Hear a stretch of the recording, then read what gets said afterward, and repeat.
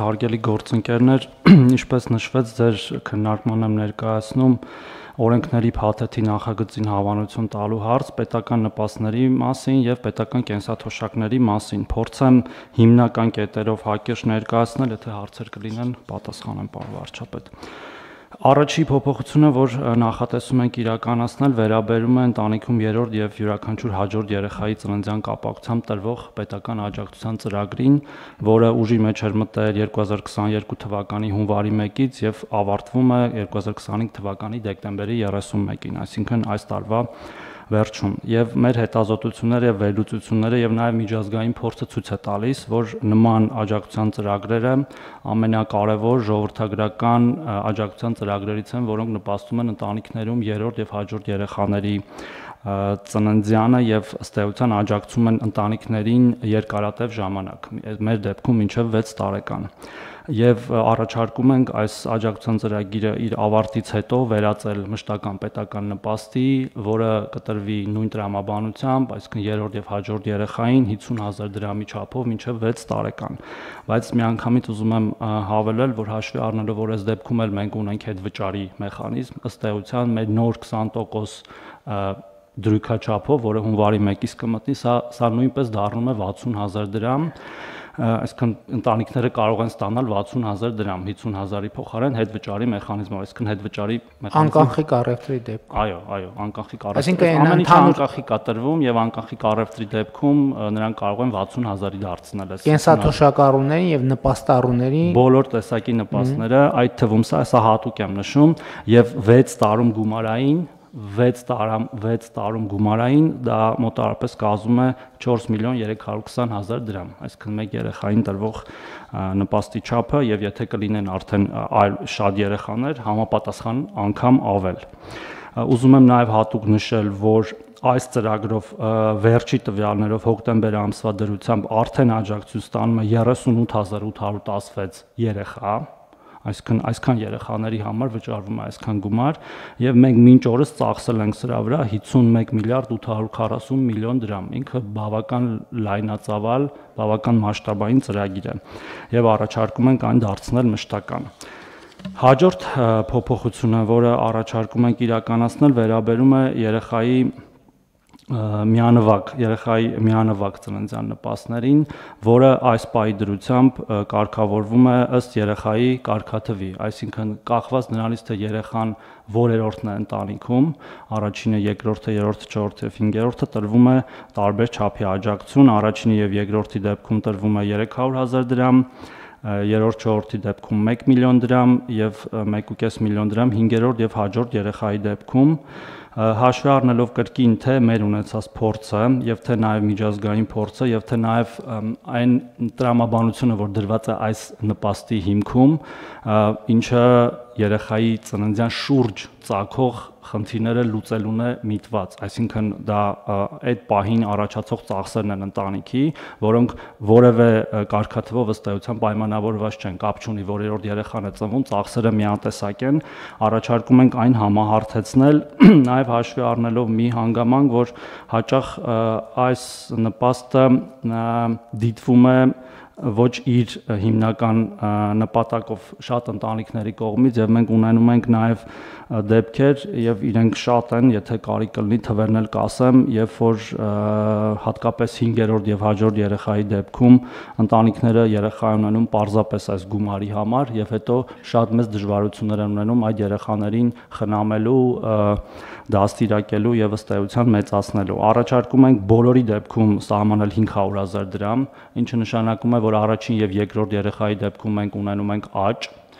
եւ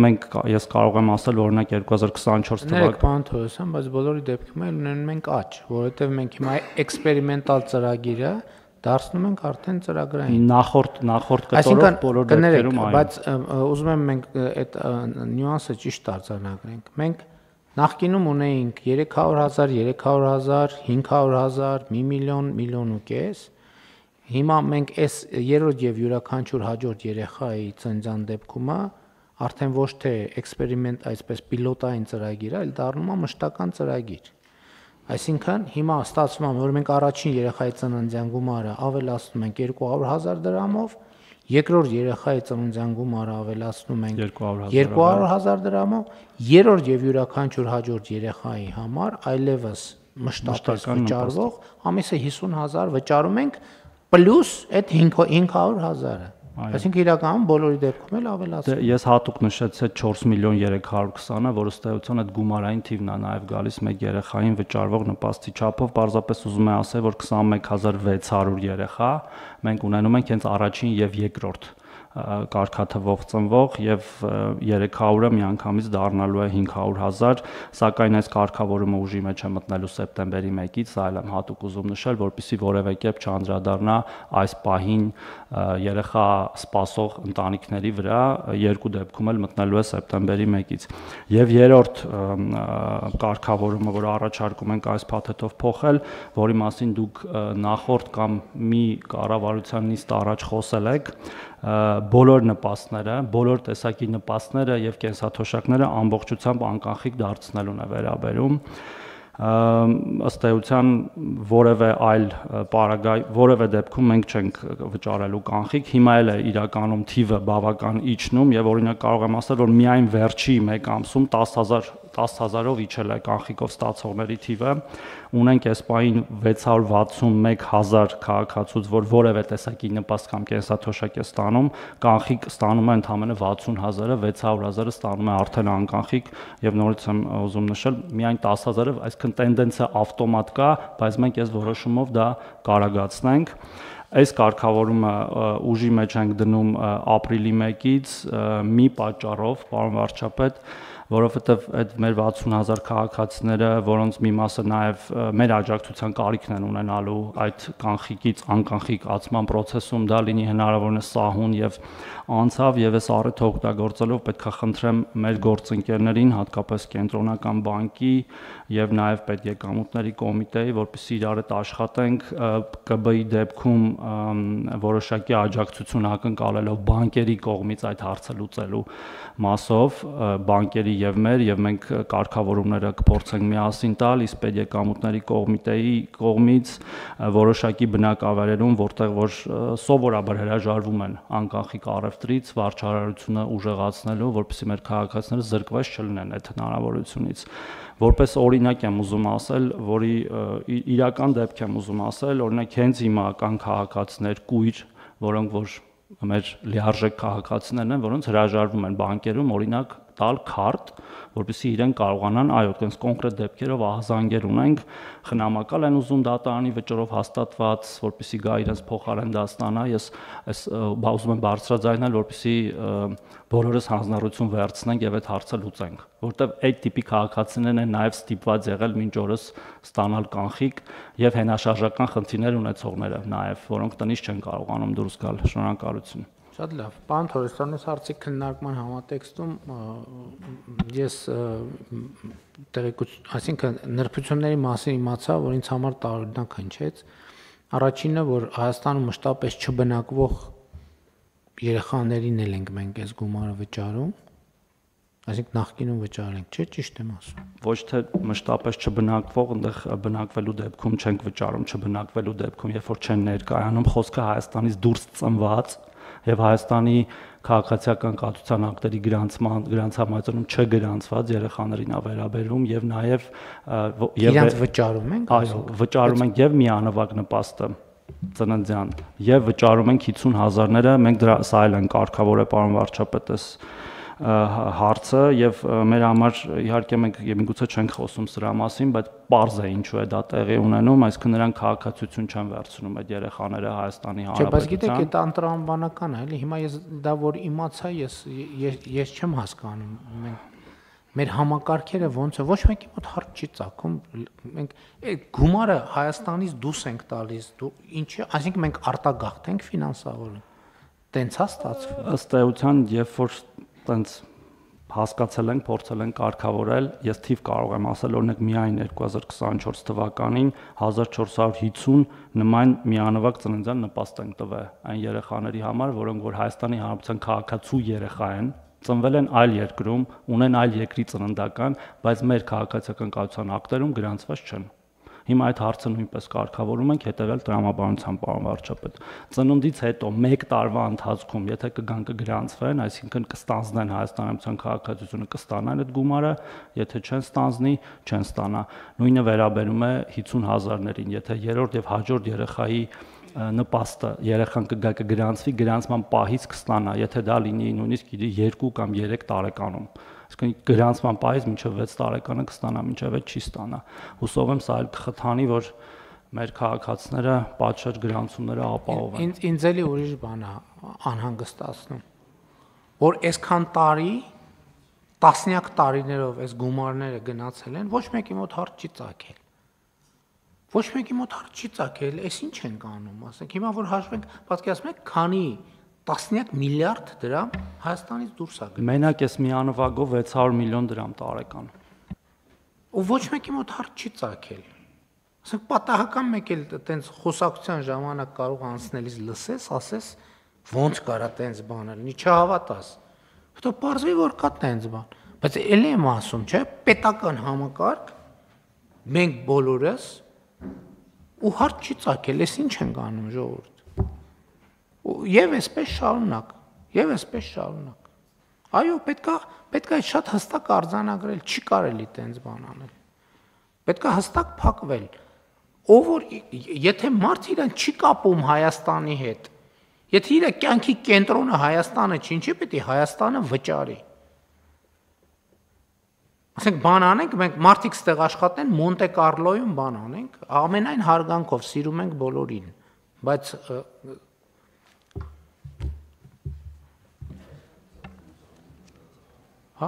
հետո ես մի բան կարող եմ ասել, տրամաբանությունը կարծում եմ ծնողների քաղաքացիության հետ է կապված եղել, բայց ամբողջությամբ ընդունում եմ դրա համար էլ այս կարգավորումը անում են, եթե իրենց ըստ էության նրանք մեզ չեն համարում մեր մարդկային կապիտալ, իրենց չեն համարում մեր մարդկային կապիտալի հարց, իսկ այս բոլոր ծրագրերը մարդկային կապիտալի մասին են, ապա մենք չպետք է ֆինանսավորենք նման քաղաքացիներին։ Միանշանակ, որ պահին այնպիսի հակափաստարկ ի հայտ կգա, որը մեզ կհիմնավորի, որ մենք սխալ ենք վարվում, մենք պատրաստ ենք դա վերանայել, բայց այս պահին նման հակափաստարկ չկա։ Մի բան էլ ասեմ, պարոն վարչապետ, քանի որ այս նպաստներից խոսվեց, գիտեք, որ մենք ունենք նաև երեխայի խնամքի նպաստ մինչև 2 տարեկանը, որը բավական ֆրագմենտացված է այս պահին, կախված նաև քաղաք, գյուղ, աշխատող, չաշխատող մայրերի հետ, եւ այնտեղ էլ կա իդեպս խնդիրը այս քաղաքացիության, մենք դրան ավելի համապարփակ կանդրադառնանք եկող տարվա ընթացքում եւ կառաջարկենք ավելի նորարարական լուծումներ, այդ թվում նաև այս քաղաքացիությանը վերաբերող, որոնք ավելի շատ կխթանեն եւ ծնելիությունը ինչ որ չափով եւ նաեւ հատկապես մայրերի աշխատանքի վերադառնալը, որը մեր համար շատ կարևոր է։ Ասենք 10 տարում 6 միլիարդ, 20 տարում 12 միլիարդ, 30 տարում, այսինքն չգիտեմ, այս ծրագիրը քանի տարի գոյություն ունի, հա, 12 միլիարդ, 12 միլիարդի կարելի էր կառուցել, ասենք, այս մենակ միանվագ ծննդյանն եմ ասում, 50,000-ն էլ հետո 600 էլ այդքան է։ Լավ, բախնես բերելա, նոր ենք ընդունել, նոր ենք։ Չէ, նախկինում տվել ենք, 50,000-ներին էլ ենք տվել, հիմա դադարել, հիմա չենք տալու։ 3 տարի է, որ 50,000-ը։ Հա, բայց էլի մոտավորապես մի 600 էլ է դա։ Այդ եմ ասում, դե եկեք նայենք, քանի դպրոց, քանի մանկապարտեզ կարելի էր կառուցել կամ ինչքան ծառայություն կարելի էր դրանով մատուցել Հայաստանի Հանրապետությունում գտնվող մեր երեխեքին։ Իրանք էլ են մեր երեխեքը, բայց իրանք մեզ իրանց չեն համարում մեր երեխեք։ Իրականում ստեղ են այդ փողը երևի ինչ որ ձև միևնույնն է ստեղա ծախսվում եւ տնտեսությանը օգուտ տալիս է, բայց այդ տրամաբանությունը 100% կիսում եմ ձեր պարոն վարչապետ, չպետք է տանք։ Համեցեք ցիկի։ Կարծում պարոն վարչապետ, եթե թույլ տաք մի դիտարկում առաջարկել, մենք ապահովագրության շրջանակներում ավելի հստակեցրել ենք նաև ռեզիդենտության պայմանը դնելով,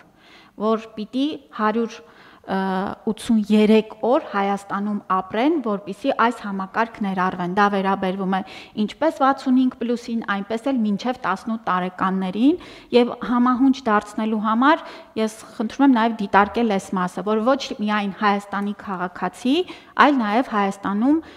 բնակվող երեխաներին ուղղվի այս միջոցները։ Պարոն Թորոսյան, ես կարող եմ սխալ եմ հասկացել, երեխեքը Հայաստանում են գտնվում։ Այդ մասը առանձին է կարգավորում, պարոն վարչապետ։ Չէ, մենք հիմա այդ որ 600 երեխեքը ֆիզիկապես Հայաստանում են, թե Հայաստանից դուրս։ Խոսքը Հայաստանի դրսում ծնված եւ Հայաստան եկած երեխաներին է վերաբերվում։ Այսինքն, երբ որ մենք ծնողը գալիս է, դիմում է, ասում է տվեք բանը, իմ միանվագ ծննդյան նպաստը։ Երեխան պետք է լինի Հայաստանում, ու կարող է հենց այդ պահին չլինի, մի ամիս հետո լինի, բայց խոսքը նրա մասն է, որ կարող է դրանից մի ամիս հետո էլ ստեղ չի։ Այդ հարցը ուրիշ ձև է կարգավորում։ Երբ որ մենք պարբերական վճարումները տալիս ենք, նույն ձևով ինչ որ կենսաթոշակը, մենք տարեկան մի անգամ ներկայանալու հարց ենք դնում։ Բայց տարեկան մի անգամ ամառը կարան Վարդավառին գան, ասենք ու ներկայանան, դա չէ։ Դա էլ է հարց, այդ ընդհանուր եմ ասում, բայց այդտեղ ուրիշ հարց կա, մենք տվյալների մաքրության խնդիր ունենք։ Բանակ չգնալու համար։ Հա, բանակի հարցն է։ Բոլոր տղաներ են այդ դեպքում, թե։ Բայց պարտադիր չի մենակ տղաներ։ Վստահ չեմ բոլորը, բայց եթե վիճակագրություն անենք, կպարզվի, որ մեծամասնություն։ Շատ լավ, եթե ինչ-որ բան սխալ ենք հասկացել, ինչ-որ բան սխալ ենք ձևակերպում, հարցը դա չի, բայց պետք է երեխեքը գրանցվեն, ուրեմն, այսինքն դե յուրե, եթե իմ ընկալումն էր, որ իրանք ընդհանրապես Հայաստանում չեն, բայց դե յուրե իրանք Հայաստանում չեն, առնվազն ամբողջական տրամաբանության մեջ, այդ թվում այո, դա արվում է բանակ չգնալու համար, ինչը ընդունելի չէ։ Ըստ երևի մեծամասը միայն բանակ։ Այսինքն հիմա եթե երեխեքը Հայաստանում են, մնում է պարզապես պետքա սահմանված կարգով գրանցվեն, դա քաղաքացիական կացության ակտերի, այսինքն պետքա գրանցվեն, դե յուրե իրանք պետքա լինեն Հայաստանում։ Եվ նաև դե ֆակտոն էլ է կարող։ Դե ֆակտոն, ասում եմ, այդ այլ մեխանիզմով, այդ պարբերական վճարներով, երբ որ լքում են արդեն Հայաստանը, մենք դադարում ենք պարզապես։ Բայց այդ կարգավորումը Տիկին Ավանեսյանի ասած, այդ է պետք անել։ Պարոն վարչապետ, այդ բոլորի համար ենք ուզում ավելի համապարփակ լուծենք, որտեղ օրինակ նույն կենսաթոշակառուների դեպքում, որ տարեկան մի անգամ գալիս են եւ կարող են ըստ էության դրանից հետո եւս 1 տարի ստանալ, մինչեւ մյուս իրենց հաջորդ այցը, այդտեղ էլ ենք լուծումներ փնտրում, այդտեղ մի հարց կա ընդհանրապես, երբ քաղաքացիների դեպքում հաճախ նրանք սահմանները հատում են տարբեր փաստաթղթերով, ու մենք տվյալների մաքրության հարցում ենք։ Հեսա որ բիոմետրիկ անձնագրերի համակարգը մտնի, այդ հարցն էլ դուրս կգա։ Բայց էլ եմ ասում, ես չգիտեմ ճիշտ կարգավորում, ճիշտ չափը որն է, բայց այդ պետքա բան անել, պետքա կարգավորել, այսինքն մարդը ապրում է Հայաստանում, թե չի ապրում Հայաստանում։ Այս շատ կարևոր հանգամանք է։ Թոշակի պարագան մի քիչ ուրիշ է, որովհետև մարդը աշխատել է, հիմա առավել եւս կൂട്ടակային կենսաթոշակի համակարգագործում, եւ այդտեղ ուրիշ կարգ, մարդը աշխատել է այդ իր աշխատած գումարն է, եւ ինքը կարող է այդ գումարը տնօրինի որտեղ ուզում է։ Այդքան էլ տես չի, պարոն վարչապետ, որտեղ կա ծերության նպաստ, որը ինքը չի աշխատել, բավարար չափով աշխատանքային ստաժ չի ունեցել, մենք պարզապես նպաստ ենք տալիս։ Մի րոպե։ Ես խոսում եմ թոշակի այն հատվածի մասին, որը ձևավորվում է իր աշխատանքի արդյունքում։ Այդ մասը, որտեղ ուզում է լինի մարդը, դա անձեռնմխելի է։ Դրան որևէ մեկը, որևէ դեպքում, որևէ պայմանով չի կարող դիպչել։ Այն ինչ որ գեներացվում է այսօր Հայաստանում աշխատող մարդու վճարած հարկերի հաշվին, կամ իրականում երկուսն է դրանից է գեներացվում, պարոն վարչապետ։ Մենակ կൂട്ടակայինը չի գեներացվում։ Ես կൂട്ടակայինի կարճ ասած, այն ինչ որ մարդու ստաժի հետ է կապված անմիջապես, դա անձեռնմխելի է, բայց այն ինչ որ այլ տրամաբանությամբ է գործում, մենք պետք է այդ պայմանը դնենք 180 օրա թե 100 օրա թե 200 օրա, չգիտեմ, բայց այդ ստանդարտը պետք է սահմանենք, որովհետև մենք մարդուն մարդը պետք է կապված լինի Հայաստանի հետ եւ մարդու կյանքի կենտրոնը պետք է լինի Հայաստանը։ Մենք ուզում ենք, որ մարդիկ հնարավորինս շատ ճամփորդեն, հնարավորինս շատ տարբեր տեղեր գնան, բայց մենք չենք ուզում, որ մարդիկ Հայաստանից գնան եւ մենք Հայաստանից գնալը խրախուսենք։ Յուրաքանչյուր ոք տեղաշարժի ազատություն ունի, բայց գնալը մենք չենք կարող խրախուսել։ Սրա մասին է խոսքը։ Համեցեք։ Պարոն վարչապետ, ձեր թույլտվությամբ ուզում էի ձեր առաջարկած տրամաբանության համար մի բանաձև փորձեմ առաջարկել, էլի։ Ես կարծում եմ բոլոր նպաստային ծրագրերի դեպքում բացառություններ կարող են լինել առանձին դեպքերում, դիտարկենք, բայց եւ ծնելիության հարցում, եւ ծերության այն ամեն ինչը, երբ որ նպաստ է, մենք դնենք երկու պայման համաժամանակյա՝ քաղաքացիության եւ ռեզիդենտության։ այսինքն այդ երկու պայմանն էլ պետք է բարված լինի, որ որևէ ծրագրից քաղաքացին օգտվի։ Այսքանով կարծում եմ բոլոր հարցերը կլուծվեն։ Դա հենց նպաստը, որովհետև այո, նպաստը հենց այդ տրամաբանության մեջ տեղավորվում է։ Թոշակի դեպքում ճիշտ է, մի քիչ այնտեղ հարցեր կա, բայց ասում եմ, այնտեղ էլ է բանաձևը բարձ։ Այդ դեպքում, երբ որ ծերության նպաստը եւ մարդը չի աշխատել, ստաժ չունի եւ ապրում է ուրիշ երկրում, այդ դեպքում էլ մենք կարող ենք ասել, որ դա մեր ֆինանսավորման հարցը չի։ Ամեն դեպս մտածեք լուծում։ Այդ արդեն մտածում ենք, պարոն վարչապետ, լրիվ կիսում եմ, այդ թվում լինում են դեպքեր, երբ որ քաղաքացին օրինակ քաղաքացիություն է ստանում Հայաստանի, որը ասենք օրինակ 64 տարեկանում, եւ ինքն մենք 65 տարեկանից ստիպված ենք ծերության նպաստալ, ինքը երբևէ Հայաստանում չի ապրել, բայց տարի մի անգամ կարող է գալ Հայաստան, ներկայանալ բանկ եւ այդ ամբողջ տարվա ընթացքում իր ծերության նպաստը սովորաբար այլ երկրում ծախսել։ Գիտեք, ԵԱՏՄ-ում այդ հարցը կարգավորված է, որովհետև ԵԱՏՄ-ում ստաժները փոխանցելու, պարոն Գրիգորյան, ճիշտ եմ, չէ՞, հիշում, որոշում կա, որ ԵԱՏՄ-ի տարածքում այդ խնդիրը լուծված է, բայց այլ դեպքերում դա իհարկե խնդիր է։ Պետք է համեն դեպս շատ մեծ եւ բարդ թեմա է, հիմա մենք տենց կարող է ինչ որ բան ճիշտ հասկացանք, օրինարբություններ սխալ հասկացանք, ինչ որ բան ճիշտ ասեցինք, օրինարբություններ սխալ ձևակերպեցինք, հարցը դա չի, դա թեմա է, որը պետք է լրջորեն նայել եւ գալ պետականակենտրոն պլյուս մարդակենտրոն տրամաբանությամբ, բայց առանց մեկը մյուսից տարանջալ։ Միանշանակ, պարոն վարչապետ։ Շատ լավ։ Կան համեցեք։ Պարոն վարչապետ, իրականում ինչ թեմա էլ որ քննարկենք, շատ կարևոր է պետության դիրքերից հասկանալ, թե մենք քաղաքացիության ինստիտուտին ոնց ենք վերաբերում Հայաստանի Հանրապետությունում։ Եվ այս պահի դրությամբ մենք հիմնովին վերանայում ենք ոլորտը, մինչև տարեվերջ պատրաստ կլինի միգրացիոն ոլորտի կառավարման ռազմավարական կոնցեպտը, ու այնտեղ մի առանձին բաժին նվիրված է հենց Հայաստանի Հանրապետության քաղաքացիությանը, որովհետև տարիներ շարունակ ձևախեղել ենք տարբեր մոտեցումներ, մի դեպքում մարդակենտրոնության հետևից գնալով քաղաքացիության ինստիտուտն ենք ստորադասել, մյուս դեպքում ավելի շատ ինստիտուտին ենք դեր ու նշանակություն տվել, քան մարդու որոշակի կարիքներին, ու մինչև տարեվերջ մենք պատրաստ կլինենք ավելի մեծ կազմով քննարկման, որպեսզի ներկայացնենք մոտեցումներ, որտեղ ինչ մոտեցում որ որդեգրեցինք, մնացյալ բոլոր ոլորտներում մեր մոտեցումները կկարողանանք ավելի ճիշտ ու սինխրոն կազմակերպել։ Շատ լավ։ Շատ լավ։ Շատ լավ, հարցը դրվում է քվեարկության, խոսքը 23-րդ հարցի մասին է։ Ովքեր են դեմ որոշման ընդունմանը, դեմ չկա, որոշումն ընդունված է եւ մենք արձանագրեցինք, որ հարցերի մի շերտ կա, որոնց շուրջ պետք է շարունակենք աշխատել։